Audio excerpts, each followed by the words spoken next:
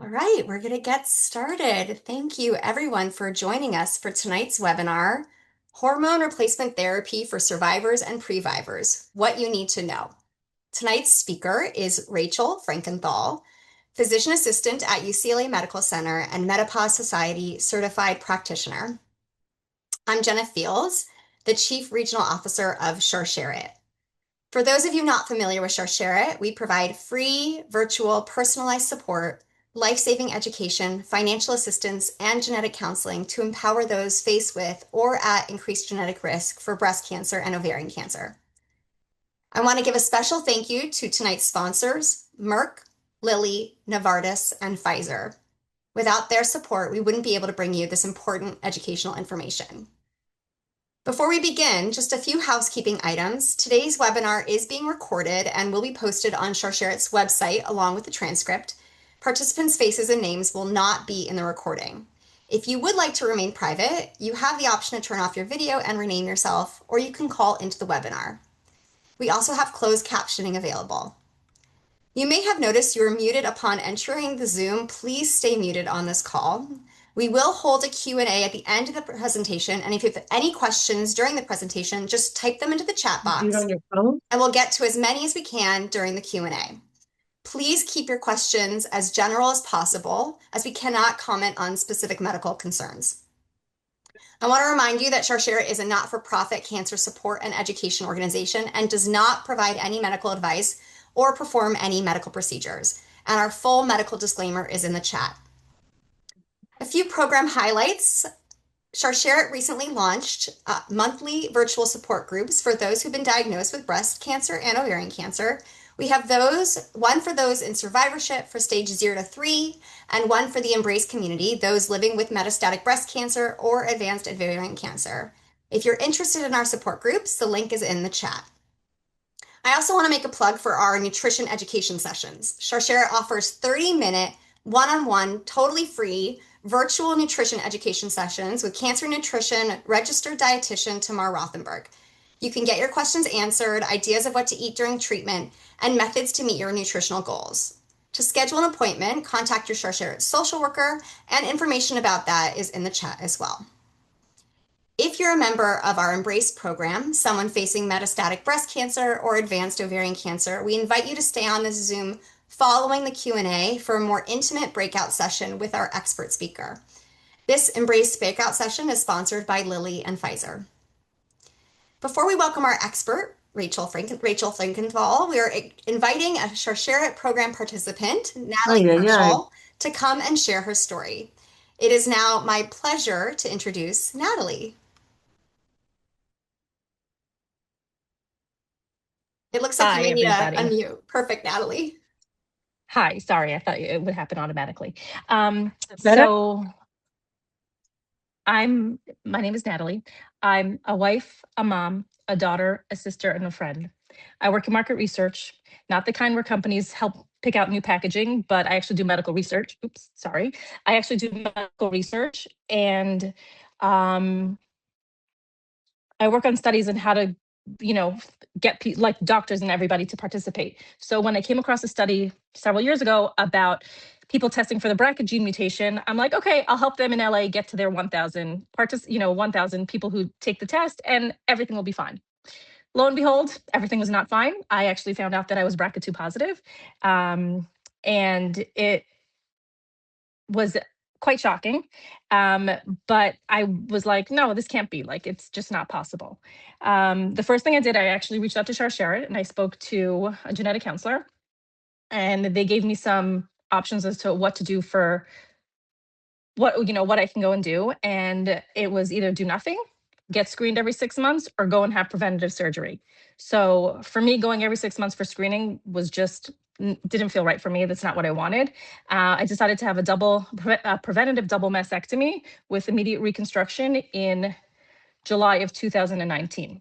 I found my team at UCLA. They were amazing and they were wonderful, and everything went well. Thank God. The recovery was great. Everything was perfect. A few days after my surgery, my breast surgeon called me and she said they found a 2 millimeter DCIS, which is the earliest form of cancer, and it's smaller than the tip of a pencil. She said there's no way it would have come up in any screening. They don't know how fast it would have grown or how long it would have taken, that when it would have turned into actual cancer. So it helped me feel comfortable that I decided to go and have the surgery.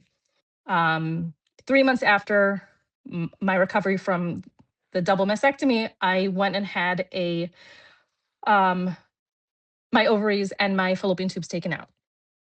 And that was a little bit more of an intense surgery, just because there's just a lot of, it just was a lot more going on in your brain about, being 41 going into menopause. So my doctor put me straight away on hormone replacement therapy. I kept my IUD because she said, it's working. Why not? Why should we take it out for you? And then I was on the estradiol patch.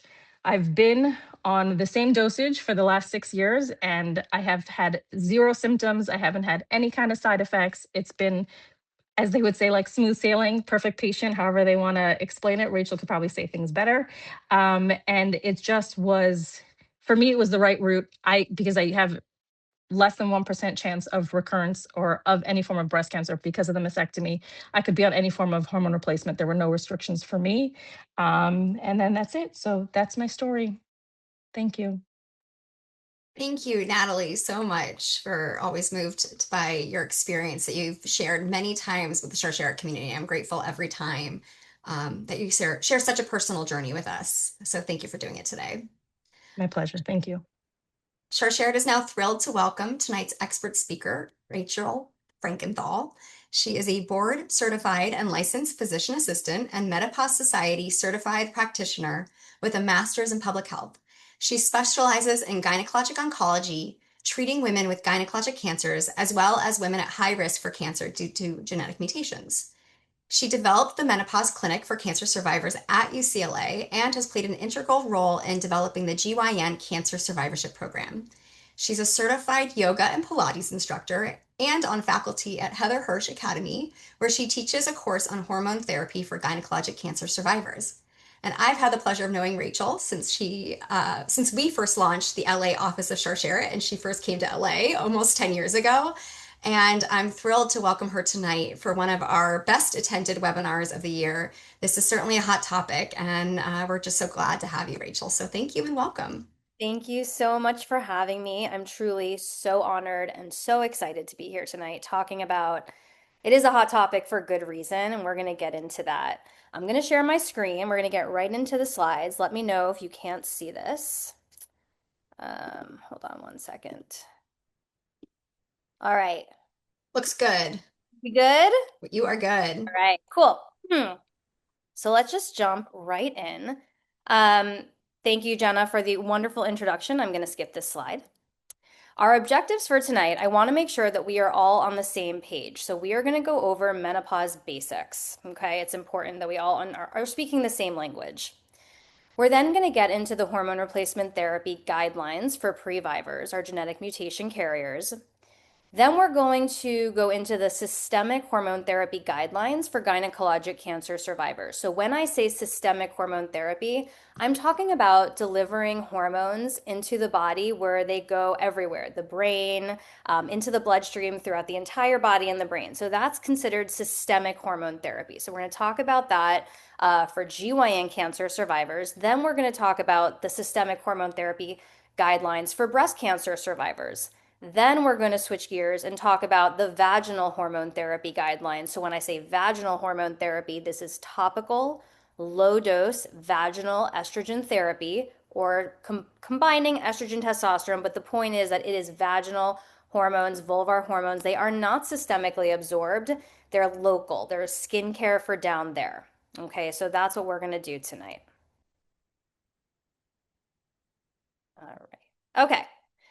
Starting off with menopause basics. So, menopause occurs when the ovaries stop producing eggs, as well as the hormones estrogen, progesterone, and to a lesser degree, testosterone.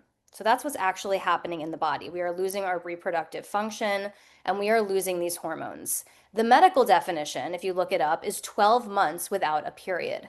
But this definition does not apply to many of our survivors and our previvors.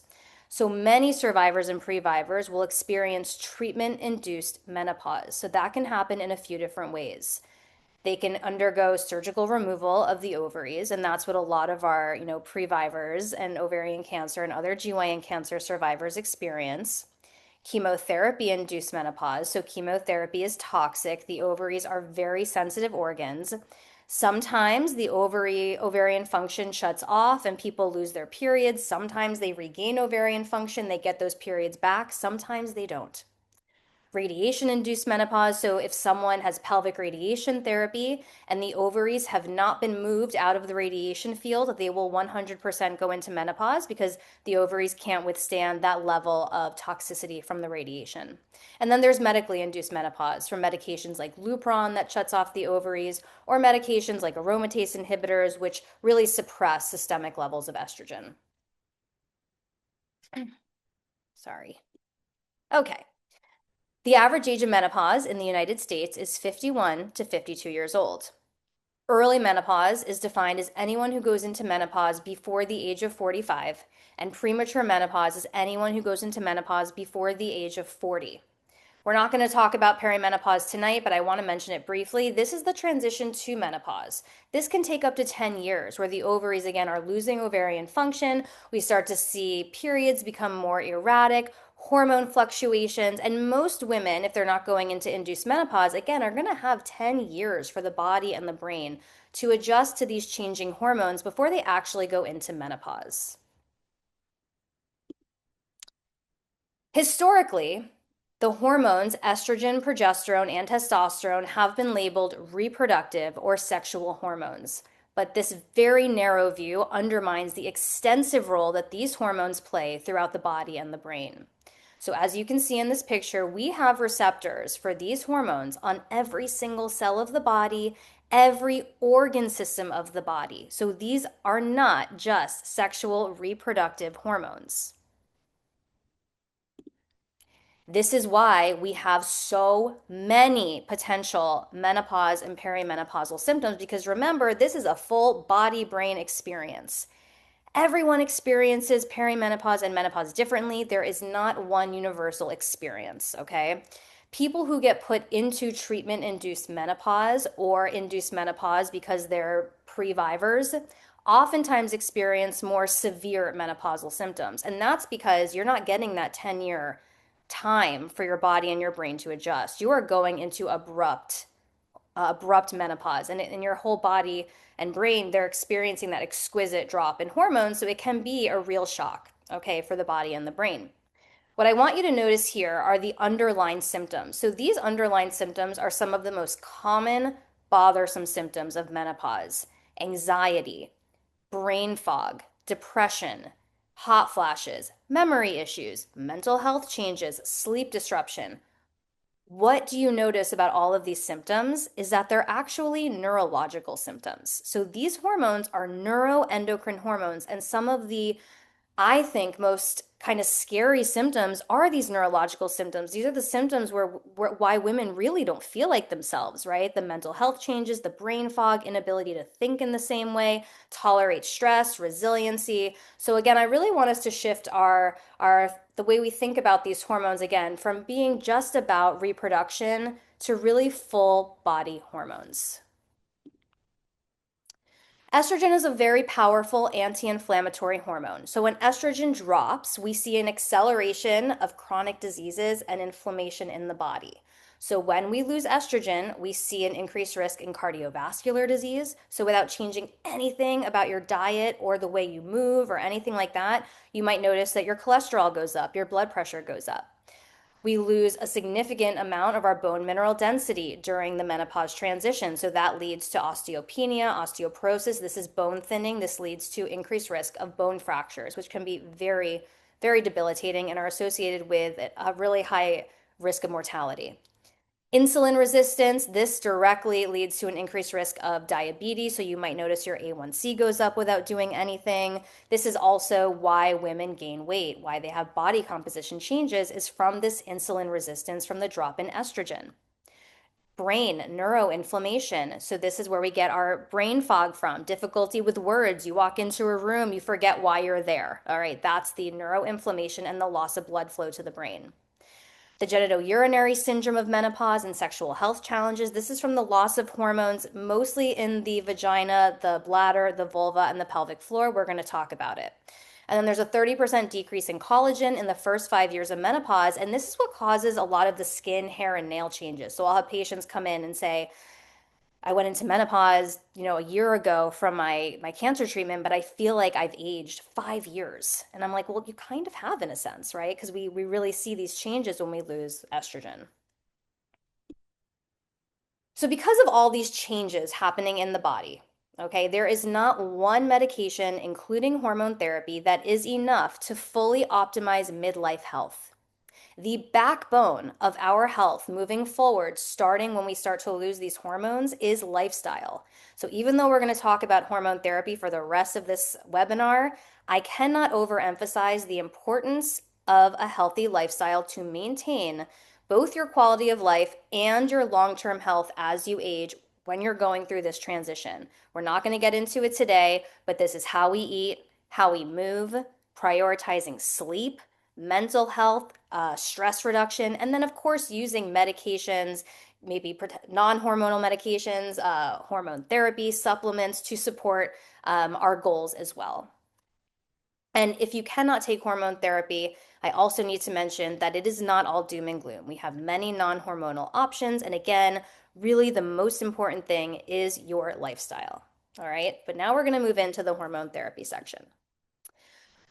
What we know about hormone therapy and the safety of hormone therapy is that there's something called the timing hypothesis. For the vast majority of women, starting hormone therapy before the age of 60 or within 10 years of menopause is going to offer more benefit than risk. So when you start matters. That's not to say you can't start hormones out of this window, but again, it is the safest to start during this time. When you start estrogen within 10 years of menopause, here are the benefits that we see. A 40 to 50% reduced risk of heart disease, a 30 to 40% decrease in death from all causes, 33% reduction in hip fracture, reduced risk of colorectal cancer and diabetes. It's going to help with those neurological symptoms by increasing blood flow to the brain. It is the most effective treatment FDA approved for hot flashes, night sweats, and also to treat the genitourinary syndrome of menopause. Well, we're going to talk about that, but that's everything from vaginal dryness, painful sex, urinary frequency, incontinence, UTIs, etc. When you use transdermal estrogen, so that's delivering estrogen through the skin in the forms of patches, gels, sprays, vaginal rings, there is no increased risk of blood clots, okay? So if you have a history of blood clots, if you have a mutation like factor V Leiden and you're at increased risk of blood clots, you can absolutely use transdermal estradiol. When we talk about using oral estrogen, it's still a low risk of developing clots, but that risk is there. It's about 4, maybe a little more per 10,000 women will develop a blood clot on oral estrogen, but it's still a great option for most women. There is so much fear and there's so much misinformation about estrogen and hormones, mostly that everyone is so scared that estrogen causes breast cancer. And especially with this community, I want to debunk that myth right now. There was a big, huge randomized controlled trial, the largest randomized controlled trial that's been done on hormone therapy and the safety of hormones and the benefits, and that was called the Women's Health Initiative, the WHI. From that study, we learned that women who took estrogen alone, so these were the women in the trial who did not have a uterus.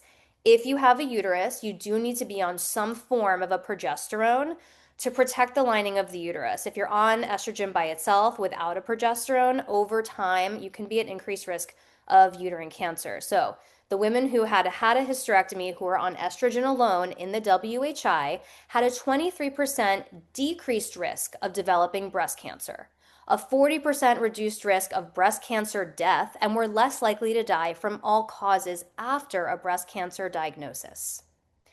In the study, in the women who had a uterus, they added a synthetic progesterone called medroxyprogesterone acetate. We don't prescribe this really that much anymore, but that's what they used at the time. And that is the drug that led to a rare, not statistically significant increased risk of breast cancer. It was still very small, less than 10 women per 10,000 per year. But again, it's important to understand that it wasn't the estrogen that led to a rare increased risk of breast cancer. Those women had a reduced risk of developing breast cancer. It was adding that synthetic progesterone. Now, in modern day menopausal hormone therapy, we often start with body identical progesterone, not a synthetic progesterone. When we use body identical progesterone, we do not see an increased risk of breast cancer. It is breast neutral. This is incredibly important. And you often, if you're, going in to talk about having risk reducing surgery, talking about hormones, not everyone is going to understand this. So you might need to advocate for yourself. Now moving into our HRT guidelines for previvors. So as many of you know, previvors are genetic mutation carriers at increased risk of cancer due to inherited predispositions. There are many different mutations that increase risk of breast and gynecologic cancers. I've listed some of them here. Many of you have heard of BRCA1 and 2, our Lynch syndrome mutations. There's RAD51 mutations, BRIP1, PALB2. There are others. But now we're going to move into how we prescribe hormones, the guidelines for these genetic mutation carriers that have their ovaries and tubes removed to reduce their inherited risk of ovarian cancer. I'm going to focus on BRCA1 and 2 in the interest of time. So if we look at our NCCN guidelines, because of the significant increased risk of ovarian cancer, standard of care recommendation is to have surgical removal of the ovaries and tubes. This is our best risk-reducing strategy. Unfortunately, we don't have great screening for ovarian cancer. I think we will at some point. We're not there yet. And unfortunately, pelvic ultrasounds and CA-125s have not been proven to improve, death from ovarian cancer or to pick up ovarian cancer early. So the best thing you can do is to have your ovaries and tubes removed. And also because unfortunately, this is a lethal cancer and is often caught at late stages. For BRCA1, the recommendation is to have surgical removal of the ovaries and tubes between ages 35 and 40. For BRCA2, it's to have your ovaries and tubes removed between the ages of 40 and 45. So if you look and remember back to our definitions, we're talking premature induced menopause for BRCA1 and early menopause for BRCA2. These are individualized conversations, though, depending on family history, it might be slightly different. This surgery is called a bilateral salpingo-oophorectomy or a BSO.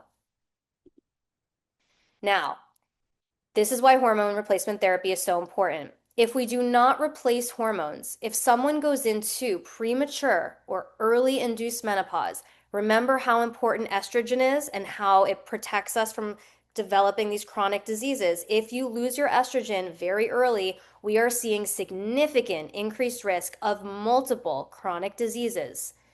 Cardiovascular disease, up to 100%, 100% of osteoporosis, significant increased risk of dementia and other neurological conditions like Parkinson's, significant mental health consequences, anxiety, depression, OCD, it runs the gamut, and a 40% increase in all-cause mortality. This is why this conversation is so important. Let's talk about the guidelines. What do the professional societies have to say about HRT for previvors following risk-reducing surgery? These are our NCCN guidelines. HRT is not contraindicated and is recommended for premenopausal women without a previous history of breast cancer. So these are our NCCN guidelines. This is supported by all of these professional societies, okay? So you can look this up. You can find these recommendations, these guidelines, and bring them with you to your appointments. The British GYN Cancer Society, which is endorsed by the British Menopause Society, NCCN, the Society of Gynecologic Oncology. These, again, this is not debatable. This is the science. These are the guidelines. And yet, less than 50% of our previvors are offered any HRT following premature or early surgical menopause. If they do receive any hormones, they are often on inadequate doses for short amounts of time. Why is this happening? Number one, our surgeons Across the board, our clinicians are not required to undergo menopause education, which is kind of insane. So we're inducing menopause, we're removing ovaries, but yet these surgeons don't quite understand the impact and the fallout. That's a big problem. They don't understand the safety of hormone therapy. They don't understand how to prescribe hormones. And again, there is so much fear that estrogen causes or increases the risk of breast cancer. And so when you look at previvors who are already at increased risk of breast cancer, who may not have had their breast tissue removed, people are petrified to put them on hormone therapy because they think they're going to further increase their risk of breast cancer. But let's look at the data. We have multiple large studies that show there is no increased risk of breast cancer in BRCA mutation carriers who still have their breast tissue following surgical menopause on hormone replacement therapy. So we don't have time to get into these studies today, but I'm listing them and I want to equip you with all of this information so that you have it, again, so that you can advocate for yourself. I do want to show you one study though, because I think this one's fantastic and this is recent. This was data presented last year at the San Antonio Breast Cancer Symposium. This was a study where they put 676 previvors on hormone therapy and they compared them to 676 previvors who did not take hormone therapy, okay? Most of them had had surgical menopause. On average, these women were used hormones for 6 years and they were followed for 15 years. Most of these previvors had not undergone a bilateral mastectomy. The group on menopausal hormone therapy had a reduced incidence of breast cancer. Transdermal estradiol, so your patches, your gels, your sprays, your rings, had a significant benefit. Oral estrogen still had benefit, wasn't significant, but showed a benefit. When we put women on estrogen and that progesterone, that body identical progesterone, there was no increased risk of breast cancer. Remember, progesterone is breast neutral. There were no cases of breast cancer developed in BRCA mutation carriers on a medication called Duovy, which we're going to talk about, which is a really cool drug. If you're a previvor and you walk away with anything from tonight, I want you to understand that you deserve an HRT consultation prior to your risk reducing surgery. So if you're seeing a surgeon and they are not up to date and they are not educated, you demand that they refer you to someone who can help. Because if you don't have a contraindication to hormone therapy, like a breast cancer diagnosis, it is imperative that you are put on HRT to preserve your quality of life and your long-term health. You should have your hormones before surgery so that when you go into surgery that day, you bring your patch with you. You walk out of surgery, you have your hormones, okay? This is incredibly important. And I say this all the time. If you have trouble finding someone who can help you, reach out to me. I will connect you with a menopause expert who can help.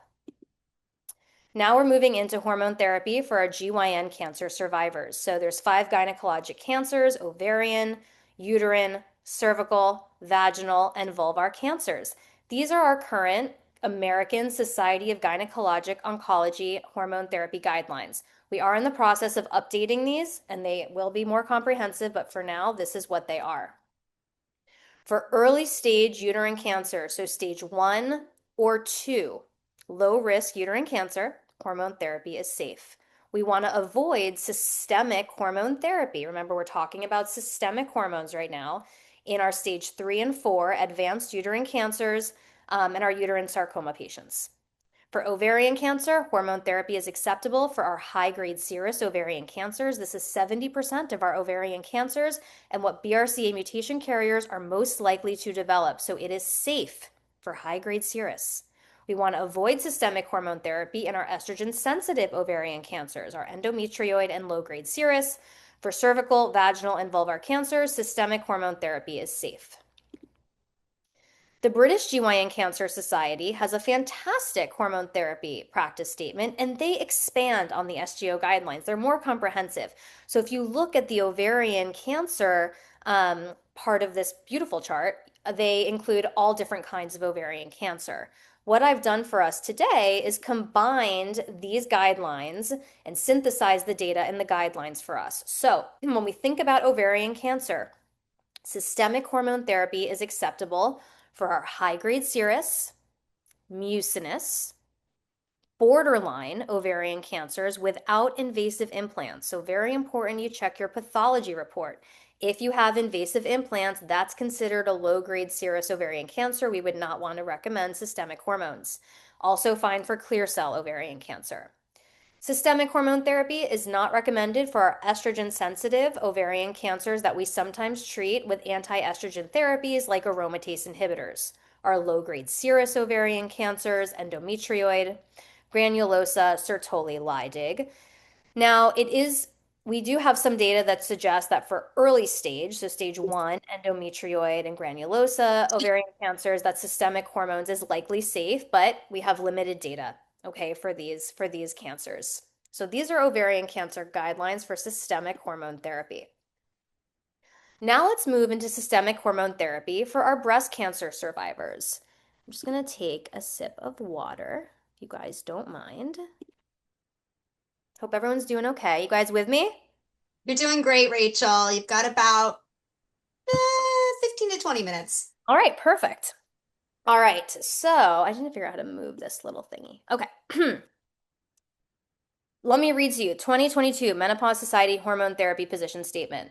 Although systemic use of hormone therapy in survivors of breast cancer is generally not advised if symptoms of estrogen deficiency are severe and unresponsive to non-hormone options, women in consultation with their oncologist may choose hormone therapy after being fully informed about the risks and benefits. This is a beautiful review article of the data we have on systemic hormone therapy after breast cancer.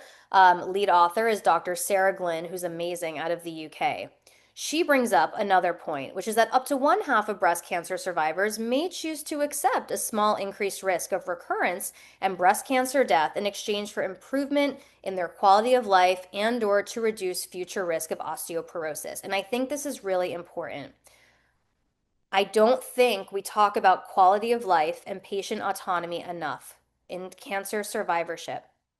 Meaning, if a patient desires systemic hormone therapy, even if it's contraindicated, but if she desires it because she has no quality of life and accepts a potential increased risk of recurrence or even breast cancer death, in my opinion, that should be acceptable, right? Because it's her body and she gets to decide what she wants to do with it. And that's what I love about Dr. Glynn and what they wrote in this article. This is an article that was just published in March of 2026 by 2 oncologists. They're also experts in menopause and sexual health, Dr. Linda Bosserman here at City of Hope and Dr. Dawn Dizon at Tufts. They also bring up another point. The positive trial evaluated temporary interruption of adjuvant endocrine therapy to attempt pregnancy in women with hormone receptor positive early breast cancer. At follow-up, recurrence rates appeared to be comparable with historical controls despite months of pregnancy-associated estradiol and progesterone levels thousands of times higher than postmenopausal or menopausal hormone therapy levels. So we prioritize fertility, we prioritize reproduction, we allow our younger breast cancer survivors to pause their endocrine therapy, which is lowering their levels of estrogen so that they can have babies and breastfeed. They're having crazy high levels of systemic estrogen. We do not see an increased risk of recurrence. But yet, we don't even allow the conversation of baby doses of menopausal hormone therapy for quality of life. We have to zoom out and look at the entire patient. And also look at this from a common sense standpoint.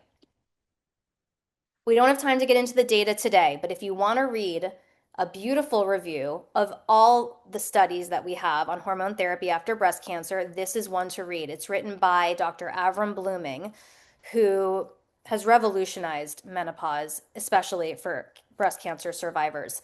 This is called Hormone Replacement Therapy After Breast Cancer, Is It Time? It is a review article of 25 studies on hormone therapy after a breast cancer diagnosis.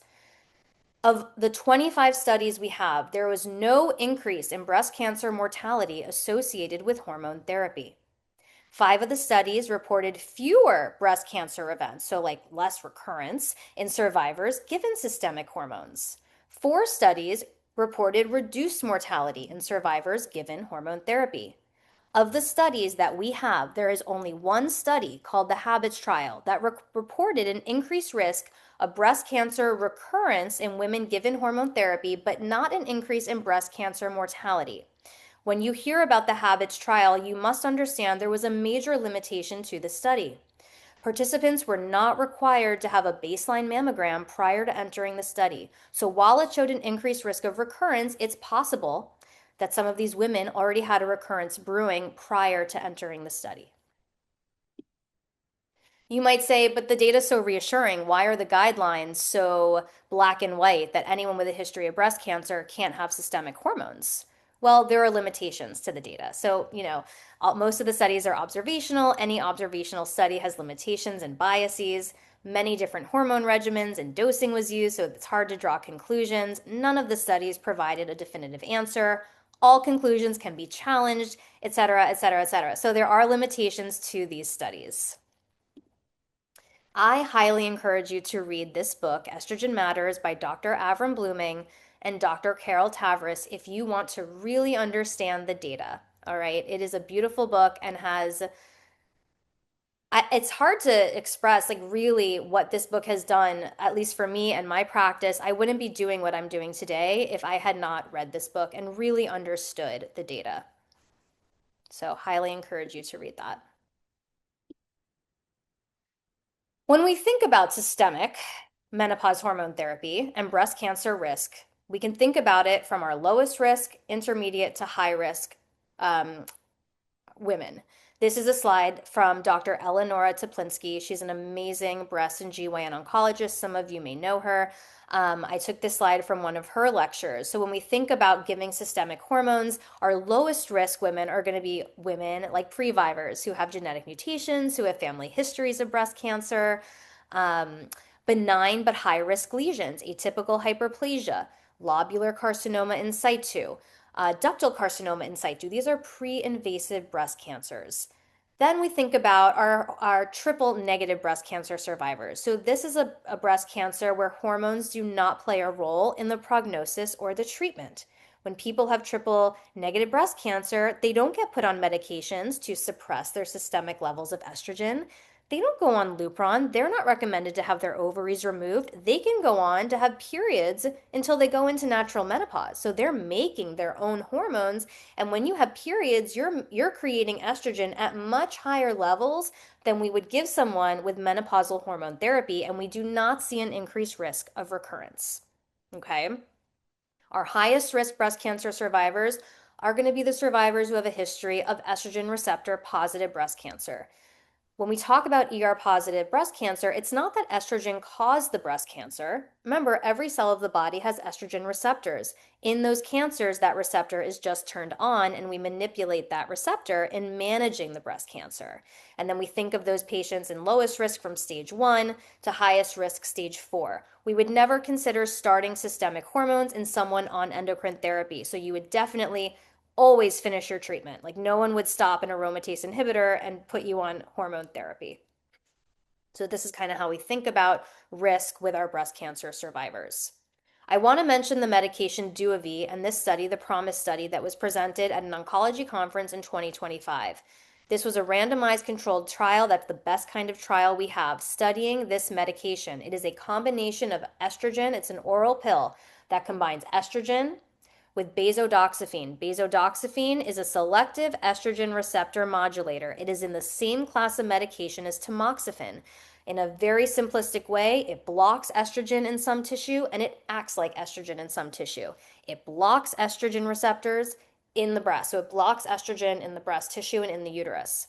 They put 141 postmenopausal women, or they took 141 postmenopausal women with a history of DCIS who had been newly diagnosed. This is again non-invasive breast cancer. They randomized them to a placebo or Duovi for 4 weeks between their diagnosis and their breast surgery.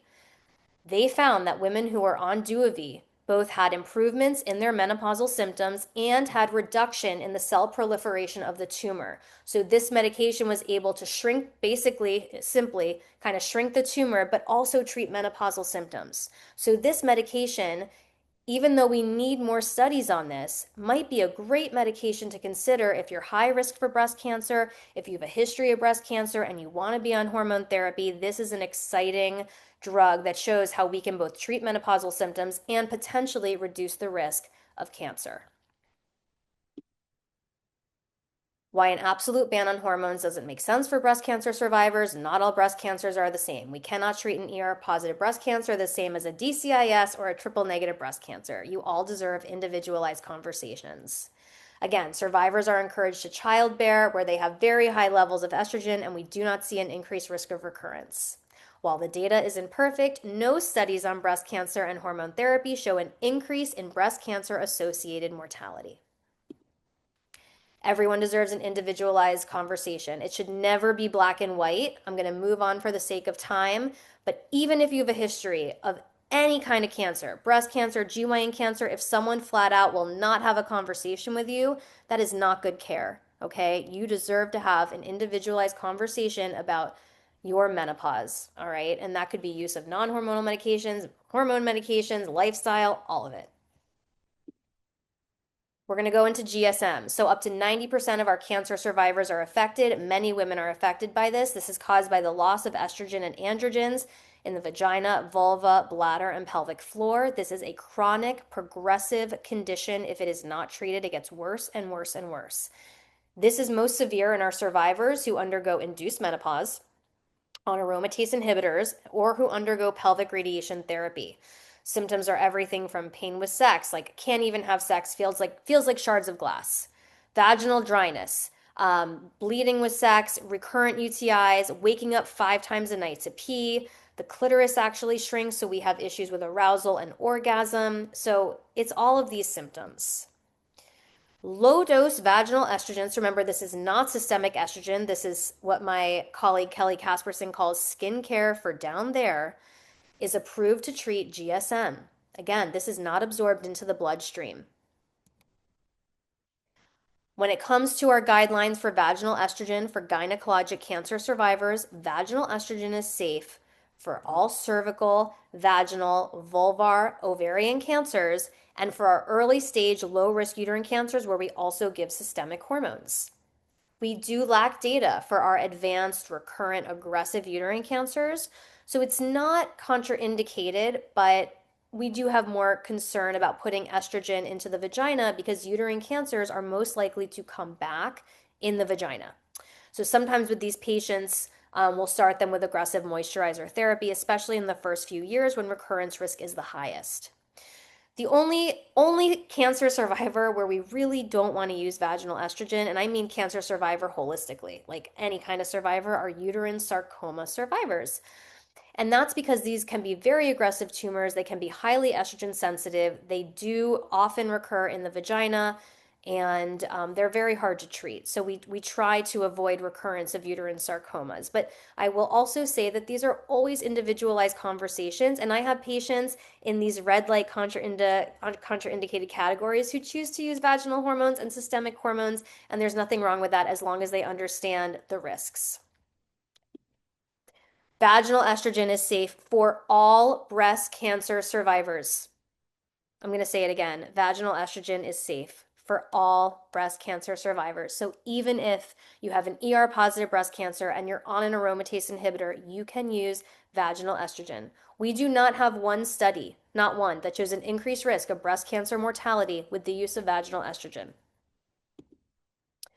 The American Urologic Association has these new guidelines that say for patients with GSM who have a personal history of breast cancer, clinicians may recommend low-dose vaginal estrogen in the context of multidisciplinary shared decision-making as an expert opinion. This is endorsed by all of these professional societies. I'm going to move on for the sake of time, but this is well accepted. I will share one study because I think it's very powerful. This was presented recently at a conference, an oncology conference. It was a database study that showed vaginal estrogen among breast cancer survivors showed an increase in overall survival, as well as breast cancer specific survival in breast cancer patients who use vaginal estrogen.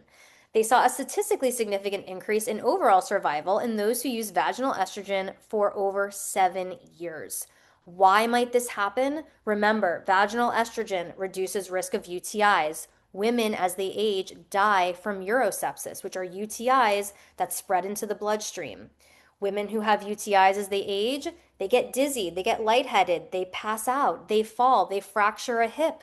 There's a high mortality association associated with hip fractures and spine fractures from osteoporosis. So, vaginal estrogen is a life saving medication that also greatly improves quality of life and is so important for our sexual and vaginal health. So, I hope I didn't run over too much. I did include some resources for you. Um, and that's it. Thank you so much for having me. Rachel, that was absolutely fantastic. And you did not run over time, and we have time for questions. Really, just so much good information here.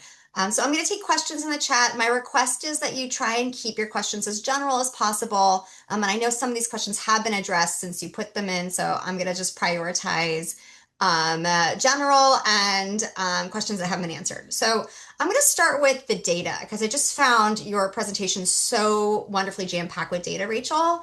And Lisa asked, what studies are currently underway that are going to yield even better results? You said a few times that the data is a little imperfect. So what's in the pipeline? Man, it's sad because unfortunately, right now, there's not, women's health is not being prioritized in terms of studies and research.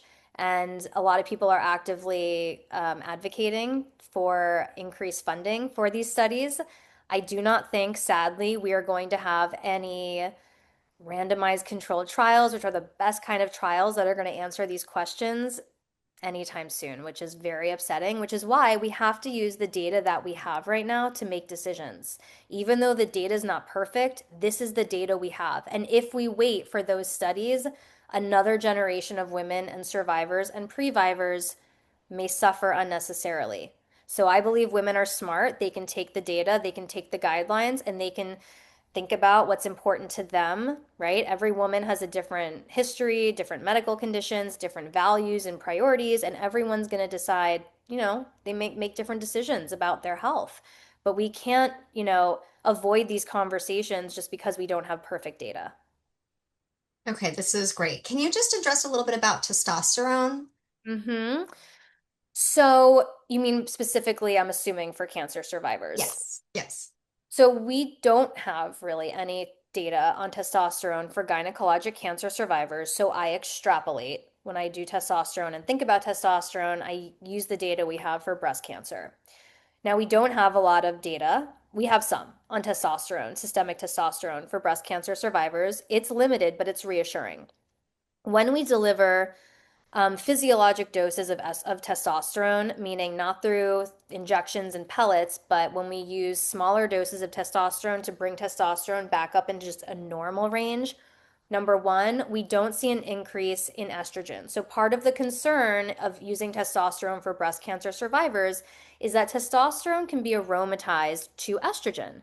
So, if you have a estrogen receptor positive breast cancer survivor who's on an aromatase inhibitor, or not, or we don't want to increase their systemic levels of estrogen. But again, if we're using just, smaller doses of testosterone, we do not see that happen. We have small studies on testosterone therapy and breast cancer survivors, some with aromatase inhibitors, and we don't see any negative outcomes, meaning the testosterone does not increase estrogen in the body. We don't see an increased risk in recurrence or a negative impact to overall survival. But again, these studies are small studies and we don't have a lot of them. So, every breast oncologist feels different about this. I work at UCLA and I have some breast oncologists who have no issues with me putting breast cancer survivors on testosterone. I have other breast oncologists who are they're not as comfortable with testosterone.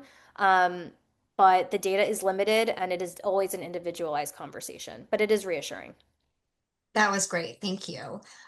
Starting from the top, can you address pre-Vivor information for women who have a family history but no known genetic? Oh, Jenna, I lost you. Oh, one more time. For women with a family history, not genetic mutation positive, does any of this guidance change? And do you mind just removing your slide deck so we can get a full picture of you for the recording? Yeah, absolutely. There you Um, are. yeah, there I am.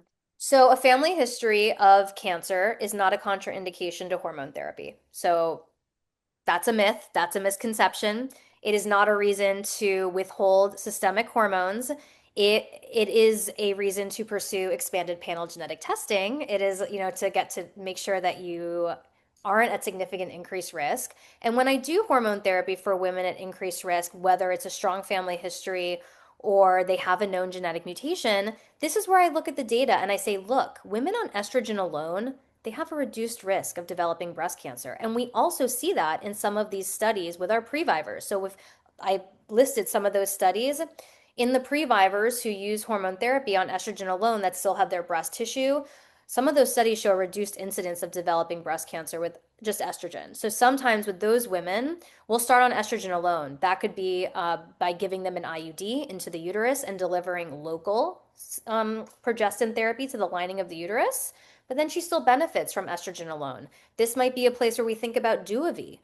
So it's not a contraindication, but it's an opportunity to think about how we might utilize hormone therapy to potentially reduce incidence of developing a cancer. I don't, again, we don't have like perfect studies for that, but that's how I think about, our patients at high risk.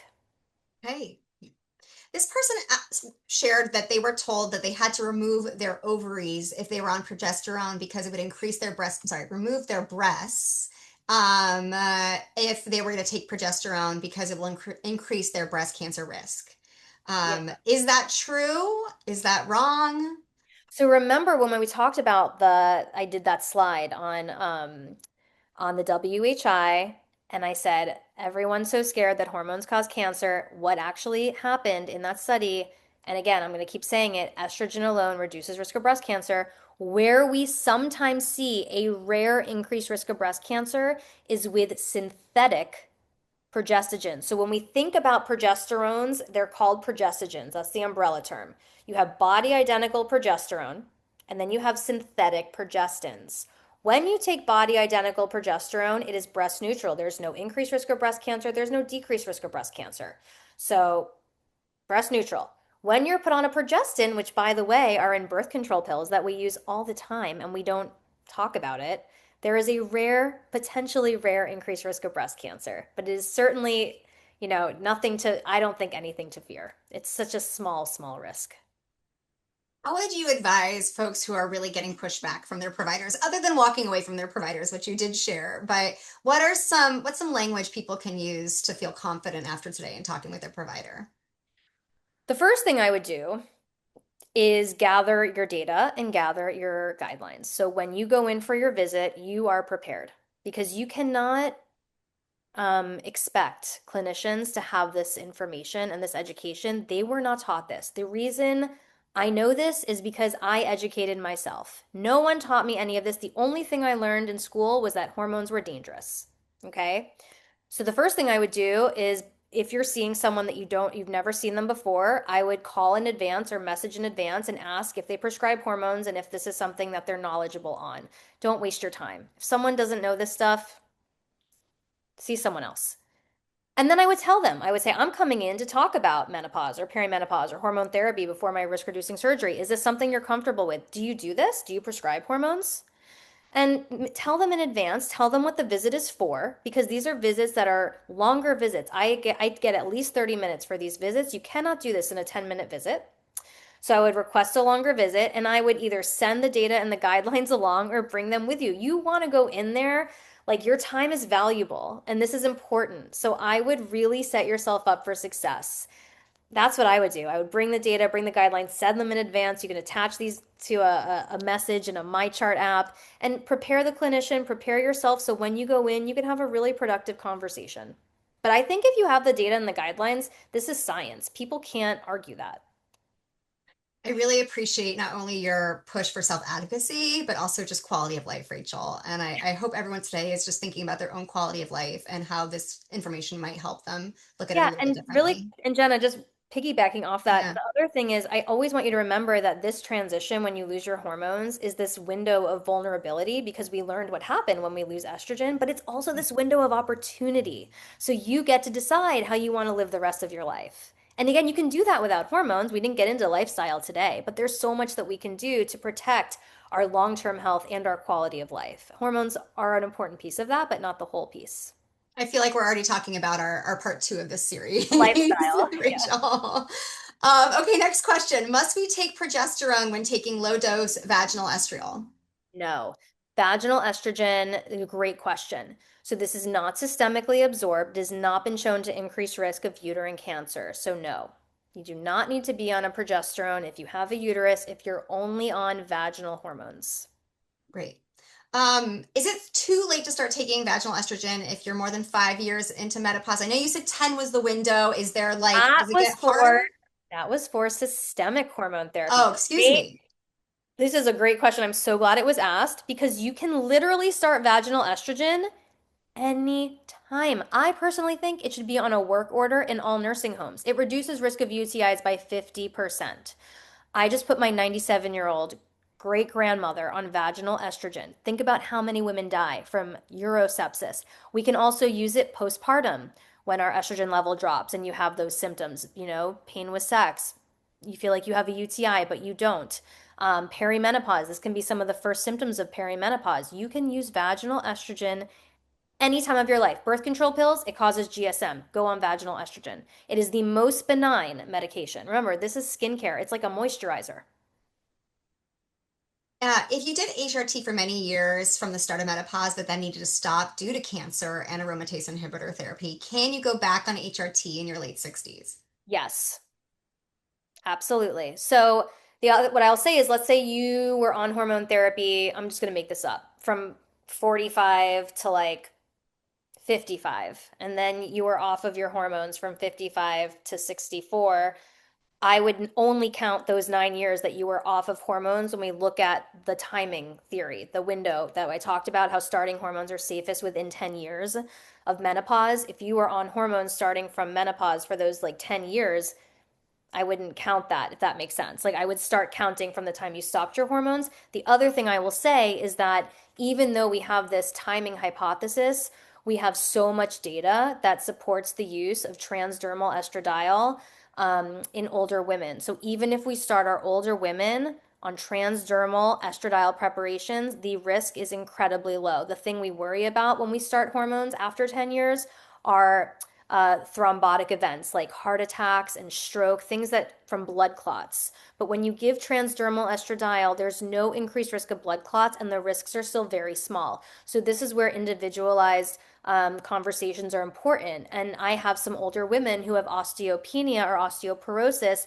Estrogen is FDA approved for osteopenia. Prevention of osteoporosis is very important for bones. They say, I want it for my bones. And so again, it's always these individualized conversations, but I personally believe you can start estrogen at any age, as long as you have a fully informed conversation.